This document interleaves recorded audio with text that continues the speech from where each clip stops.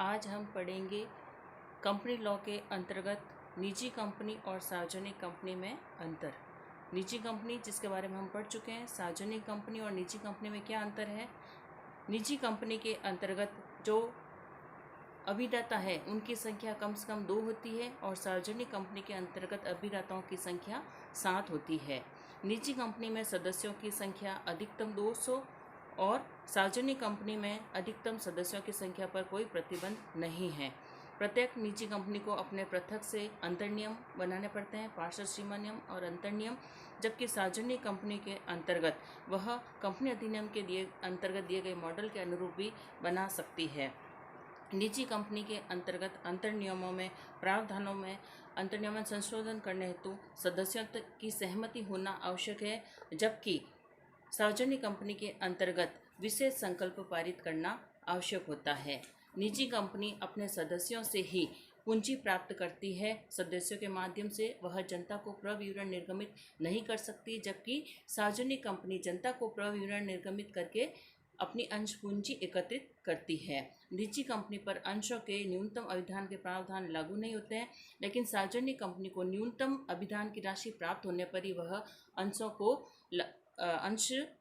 लागू कर सकती है, अंशों को बेच सकती है। निजी कंपनी अंशों का हस्तांतरण अपने प्रतिबंधों के अंतर्गत ही कर सकती है, जबकि सार्वजनिक कंपनी अंशों का हस्तांतरण स्वतंत्रता पूर्वक कर सकती है। कोई भी निजी कंपनी जनता से जन निक्षेप आमंत्रित नहीं कर सकती है, लेकिन सार्वजनिक कंपनी जनता से जन निक्षेप आमंत्रित कर सकती है। संचालकों की संख्या, एक व्यक्ति कंपनी के अंतर्गत संचालकों की संख्या कम से कम निजी कंपनी में 2 होती है और एक व्यक्ति कंपनी में 1 होते हैं। सार्वजनिक कंपनी में कम से कम 3 संचालक होना अनिवार्य है।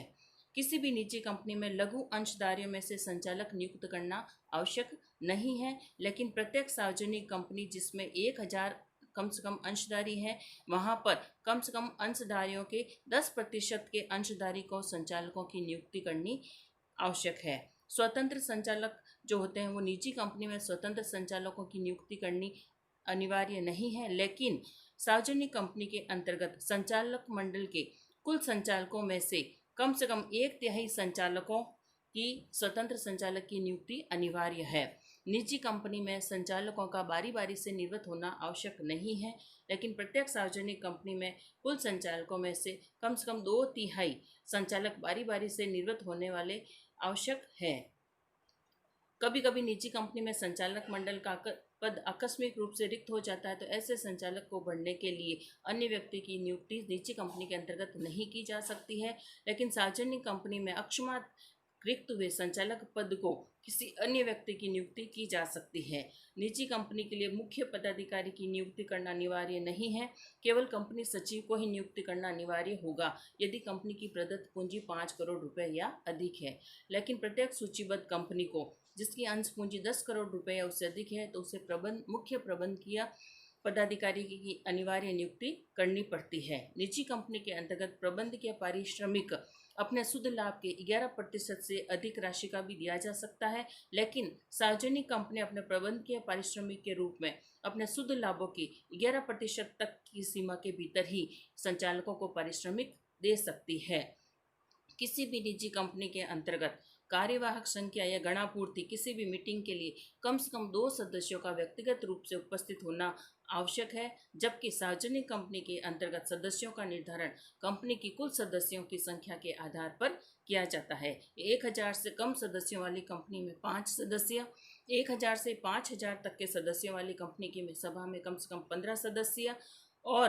5000 से अधिक सदस्यों वाली कंपनी में 30 सदस्य व्यक्तिगत रूप से उपस्थित होने चाहिए। किसी भी निजी कंपनी को अपनी वार्षिक साधारण सभा का प्रतिवेदन तैयार कर रजिस्ट्रार के समक्ष प्रस्तुत करना पड़ता है, लेकिन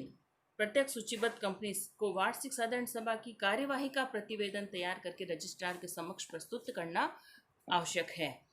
किसी भी निजी कंपनी को अपना सचिवीय अंकेक्षण प्रतिवेदन संचालकों के प्रतिवेदन के साथ संलग्न करना आवश्यक नहीं है, लेकिन प्रत्येक सार्वजनिक कंपनी को जिसकी प्रदत्त अंश पूंजी 50 करोड़ रुपए या अधिक की हो या जिसका विक्रय 250 करोड़ रुपए या अधिक का हो, को अपना सचिवीय अंकेक्षण प्रतिवेदन अपने संचालकों के प्रतिवेदन के साथ संलग्न करके प्रस्तुत करना आवश्यक है। कोई भी निजी कंपनी अपने ही अंशों के क्रय के लिए अपने कर्मचारियों एवं सदस्यों को कितनी ही राशि की वित्तीय सहायता दे सकती है,